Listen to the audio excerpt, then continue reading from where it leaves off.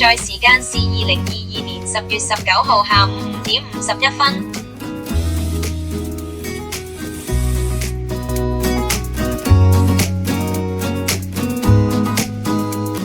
施政報告，將軍澳第137區發展計劃表提供5萬單位安裝 CC 東網。